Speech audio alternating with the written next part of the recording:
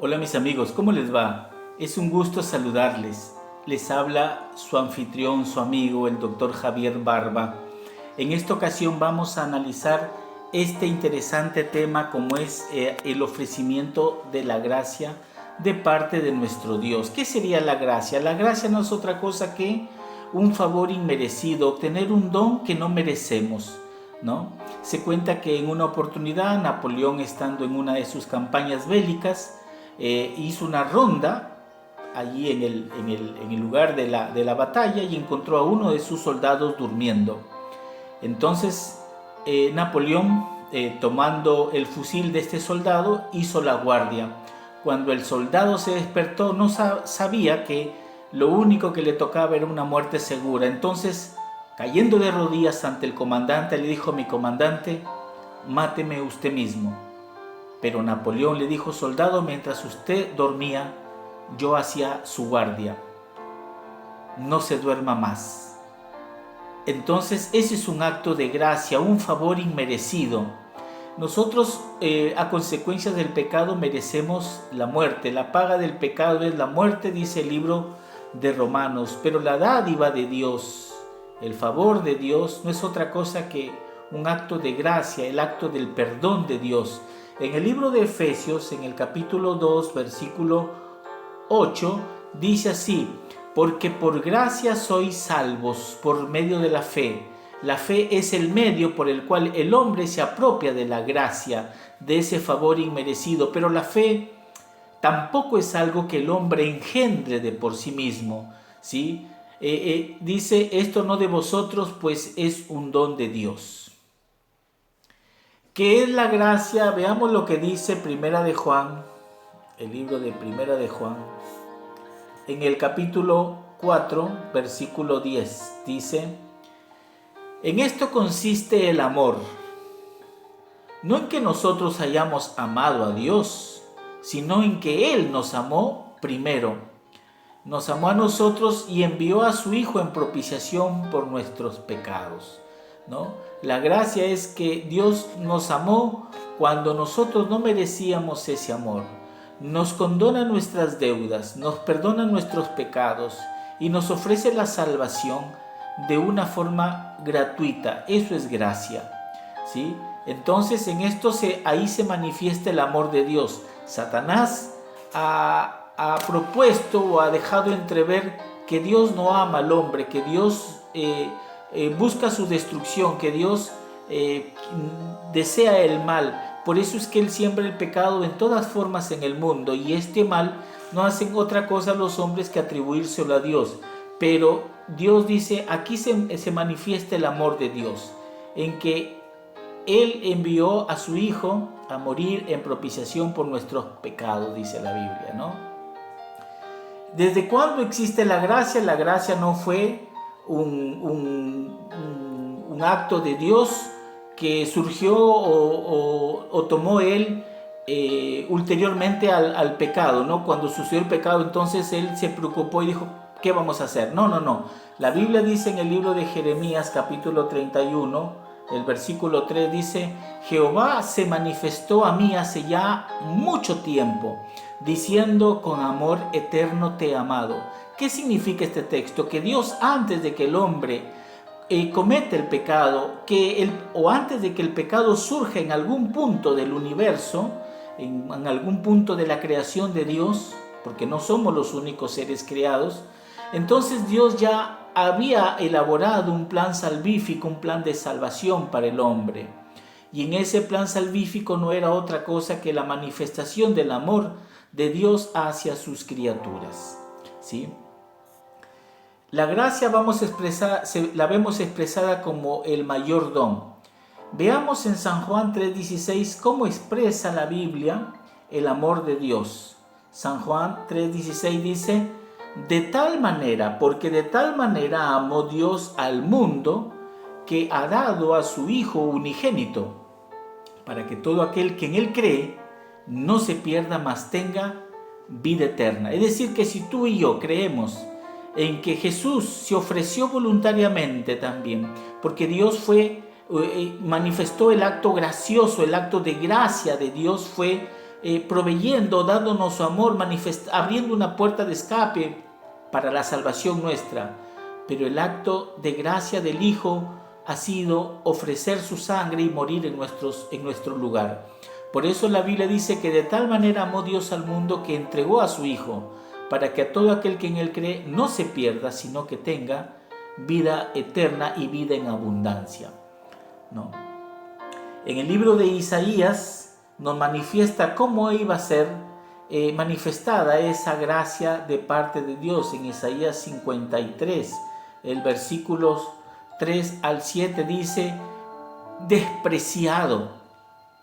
Eso iba a ser Jesús por los hombres, despreciado y desechado entre los hombres, varón de dolores, experimentado en quebranto. Jesús sufrió y gustó todo el horror del pecado. Los hombres, lo que pudieron haberle hecho o que sucede entre los hombres, a Él le hicieron eso, ¿no? Que sufrió quebranto, dice, como que escondimos de Él el rostro, fue menospreciado y no lo estimamos. Ciertamente llevó Él nuestras enfermedades y sufrió nuestros dolores. ¿Y nosotros qué? Dice, le tuvimos por azotado de Dios y por herido de Dios y abatido, mas Él herido fue por nuestras rebeliones, molido por nuestros pecados, y el castigo de nuestra paz fue sobre Él, y por su llaga fuimos nosotros curados. ¿Sí?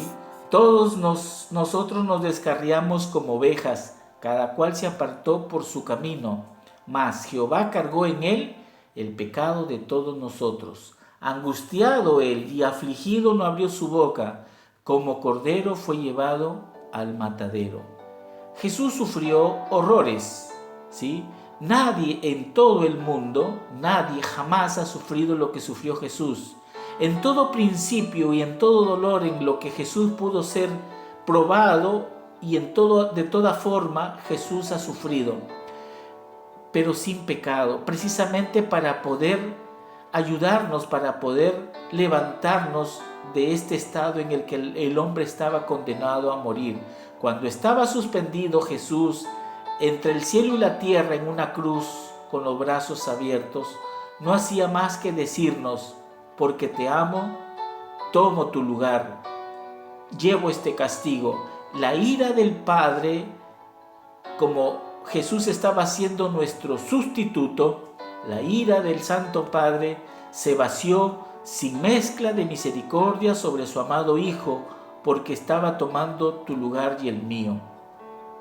Por eso dice: angustiado y afligido no abrió su boca, sino que como cordero fue llevado al matadero. Ahora nosotros estamos en un periodo que se llama el periodo de la gracia. Ya no estamos bajo el periodo de la ley según las Escrituras. Y vamos a ver qué significa estar bajo la ley y estar bajo la gracia también, ¿no? Veamos cuál es la condición de aquel que está bajo la gracia según Efesios.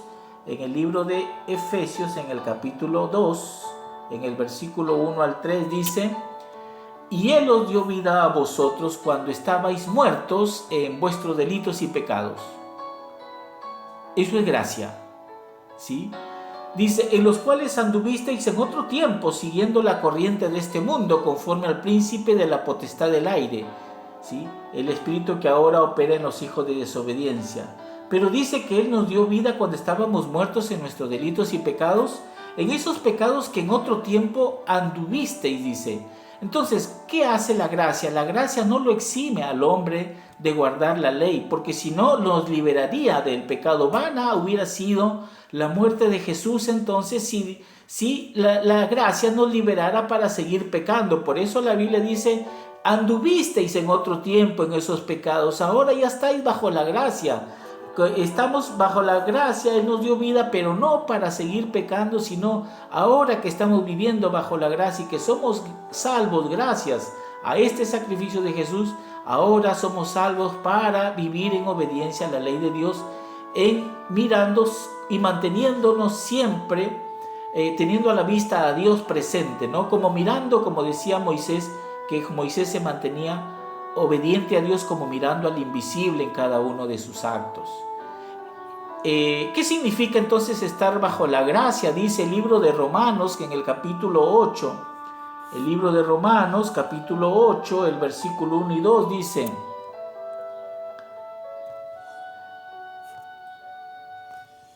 dice, ahora pues ninguna condenación hay para los que están en Cristo Jesús, los que no andan conforme a la carne, sino conforme al Espíritu. Porque la ley del Espíritu de vida en Cristo Jesús me ha librado de la ley del pecado y de la muerte. Es decir, ya no hay una condenación para los que vivimos ahora bajo la gracia de Cristo, que hemos aceptado ese sacrificio, y ahora, como dijo Jesús, si me amáis, guardad mis mandamientos. Y mis mandamientos, los mandamientos de Dios, dice, no son gravosos, no son pesados, ¿no? Entonces, la condición siempre es la obediencia a la ley de Dios, pero ahora bajo la gracia, ahora sabiendo que en Jesús somos más que vencedores, ¿no? Hijitos míos, estas cosas os escribo para que no pequéis, dice. Pero si hubieseis pecado, abogado tenemos para con el Padre, a Jesucristo. Es decir, ahora tenemos un abogado al cual podemos acudir para pedir perdón por nuestros pecados y pedirle que nos ayude a estar en obediencia a la ley de Dios. En el tiempo en que estábamos bajo la ley lo único que hacía es condenarnos, decirnos somos culpables y somos reos de muerte, pero en Cristo Jesús ahora somos vencedores y tenemos la gracia, la oportunidad de gustar la salvación. Veamos lo que dice Mateo 11:28, en el libro de Mateo 11:28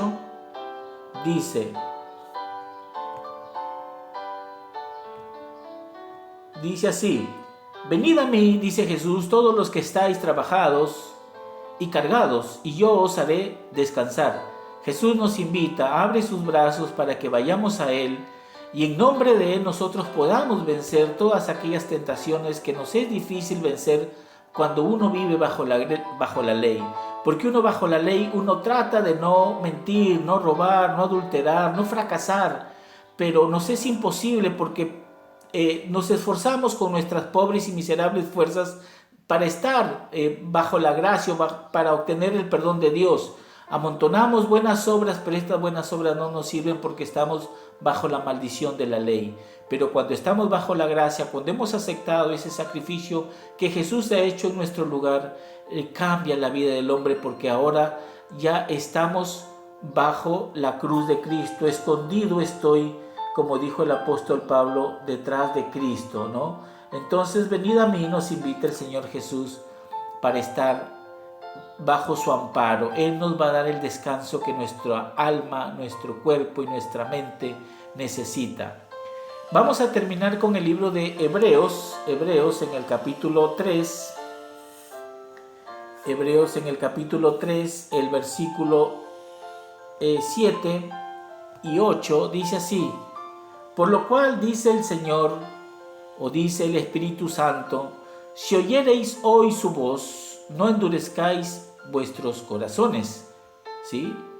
Entonces, el llamado del Señor es a que nosotros no endurezcamos nuestros corazones. Dios espera que aceptemos ese favor, esa gracia inmerecida. Y esto solamente, como decíamos, es por medio de la fe. Una fe que nosotros no podemos engendrarla. Lo único que podemos hacer es decirle: Señor, aumenta nuestra fe, como fue el pedido que le hicieron al Señor Jesús aquí en la tierra, ¿no? Él nos va a dar la fe suficiente para creer en este acto salvífico, en este acto de amor de parte de Dios. Los invito para orar. Amado Dios, te damos las gracias en esta oportunidad por permitirnos, Señor, entender que eres muy amoroso, muy misericordioso, al haber enviado a tu amado Hijo a morir por nosotros. Comprendemos el amor de Jesús al ofrecer su vida por nosotros, al tomar nuestro lugar y también cambiar su vida santa, su vida inmaculada por nuestra vida de pecado en la cruz del Calvario. Quédate con nosotros, ayúdanos, Señor, a vivir ahora en obediencia a tus mandamientos, bajo el temor y el amor de Cristo Jesús. Sí, guarda nuestra vida y bendice a cada uno de nuestros oyentes, de nuestros amigos que nos siguen. Te lo pedimos humildemente en Cristo nuestro Salvador. Amén. Bueno, mis estimados amigos, nos vemos en una próxima oportunidad. Que Dios les bendiga ricamente.